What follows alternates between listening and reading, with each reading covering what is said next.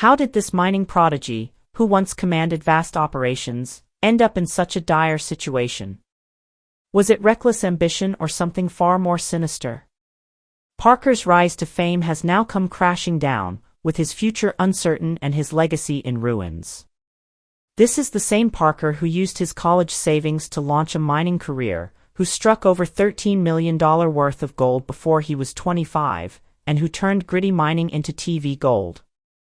In season 14 alone, his team brought in $24 million. But now his $16 million in earnings from this season are frozen. His Dominion Creek operations are under investigation, and fans are left asking, how did a mining legend fall so far? Heading into season 15, Parker had one goal: 10,000 ounces of gold worth over $26 million. To hit it, he had to move fast. He spent $2.5 million on two high-risk, high-reward claims: Gold Run and Sulphur Creek, some of the richest yet most unstable grounds in the Klondike. To maximize production, he ordered a record-breaking 25-mile haul to move his biggest wash plant, Bob, giving his team just 10 hours. At first, the gamble paid off. Within days, Bob pulled nearly $766,000 in gold. And combined with Roxon's output, they surpassed 6,000 ounces. But behind the scenes, trouble loomed. Big Red, his most reliable plant, finally failed after 12 seasons. Worse, legal challenges were mounting. Parker had bypassed environmental protocols in a rushed land deal to expand operations. And when his team broke ground at Sulphur Creek, regulators took notice. One decision changed everything. Questions began swirling about missing permits, the disruption of a protected waterway, and the discovery of buried fuel tanks on site. There were no straightforward answers. The earliest signs of trouble were subtle: a postponed inspection, an unannounced visit from environmental authorities. But the red flags were already being raised. As Parker Schnabel ramped up his mining operations, running around the clock and hauling massive loads of gravel through ecologically sensitive zones, those flags turned into formal subpoenas. Then came the real shocker: federal charges. Parker was accused of serious environmental violations, not minor slip-ups, but large-scale breaches. These included illegal dredging, disturbing federally protected streams, and neglecting proper waste disposal protocols. All of it traced back to the high-stakes $2.5 million land deal. Investigators dug deeper and uncovered even more. Paperwork was missing. Permits appeared to have been overridden. Most damning of all, inspection reports were allegedly falsified, with subcontractors' names forged under Parker's supervision. Suddenly, the focus of Gold Rush wasn't on ounces of gold. It was on mounting evidence.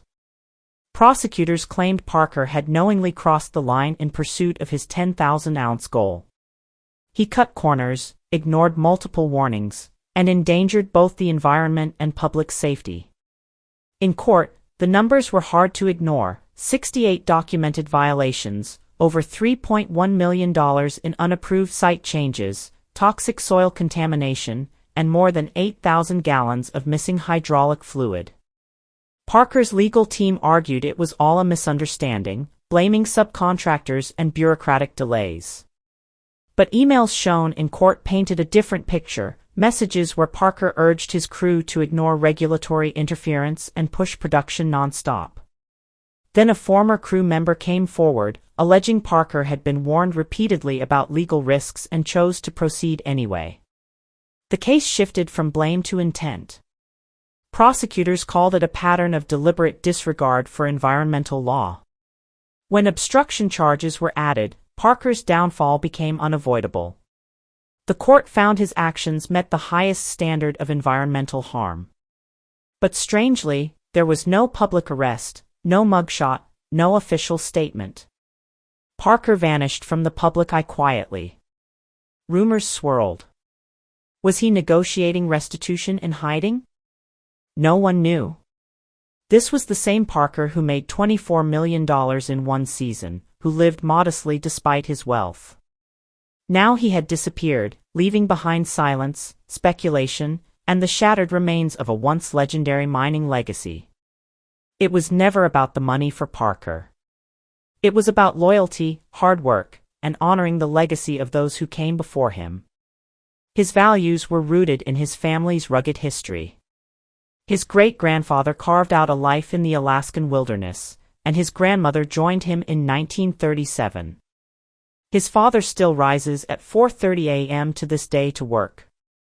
Parker grew up in a world where perseverance was non-negotiable, where people worked through pain and refused to quit.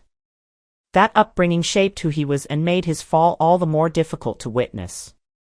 Parker once spent an entire summer working side by side with his grandfather, sharing meals and listening to stories that stretched across generations. That memory meant more to him than gold ever could. For Parker, legacy always outweighed wealth. Season 15 was supposed to be his defining moment, a comeback where he would break records with a 10,000-ounce haul. Instead, it unraveled into disaster. Equipment failures, permit issues, legal troubles, all hit at once. He tried to push through with grit and focus, but it wasn't enough. The pressure mounted, and cracks started to show. At the heart of the chaos was Dominion Creek, his boldest gamble. Unlike his previous ventures, Parker bought the land outright for $15 million, taking on full responsibility and risk. The gold was buried deep, over 40 feet down, and extracting it required millions more in equipment, labor, and fuel. The potential reward was massive, 80,000 ounces of gold worth roughly $160 million. But he only had 6 years on his water permits. Parker went all in. His team moved over 25 million banky yards of material, aiming for 4 million yards each season.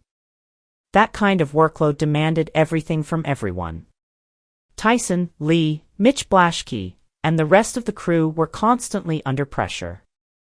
Every delay cost money. Every misstep risked everything. But Parker stayed true to his nature. He didn't shrink his operation.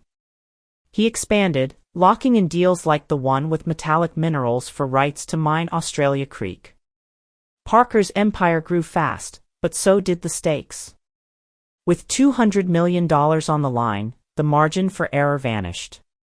Every breakdown, delay, or missed target carried weight. Tensions began to ripple through Parker-Schnabel's relationships during that pivotal season. He barely crossed paths with Rick Ness, just 2 brief encounters all summer, one of which was a film sit-down over Rick's personal struggles. His interactions with Tony Beets were just as minimal, a few cordial coffees, but no serious business or conflict. Years ago, they'd clashed over permits and royalties. But now, Parker had full control, his own ground, permits, and no royalty checks to cut. That independence brought fewer fights but also more isolation. As the pressure at Dominion Creek ramped up, Parker had little outside support. While fully focused on operations, he also juggled public commitments, closing deals with Metallic Minerals and overseeing a 400-hole drilling program. In 2022, he received the Yukon government's Robert E. Leckie Award for Environmental Stewardship, just 2 years before legal issues would cloud his work. Off the clock, Parker remained grounded. No lavish homes or luxury cars. He couch-surfed, split his time between LA, Mexico, and the Bahamas, and embraced rugged hobbies like snow biking and kiteboarding. Despite earning an estimated $13 million by age 24, Parker didn't chase fame or flash. By 2024, estimates of his net worth hovered around $8 to $10 million, lower than many expected for a Discovery Channel star. Rumors once swirled that he bought a $950,000 mansion, but Parker denied it, saying he preferred crashing on friends' couches. His modest Alaska home, built in 2015, reflects that simplicity. He reinvested nearly everything, including a massive $17 million gamble on Dominion, a deep, frozen ground demanding 30 million bank yards of earth to be moved over 6 years. He wasn't just mining. He was building a global gold empire. From Yukon to Brazil, Papua New Guinea to the Andes, Parker was constantly moving. He even battled altitude sickness at 16,000 feet but kept going.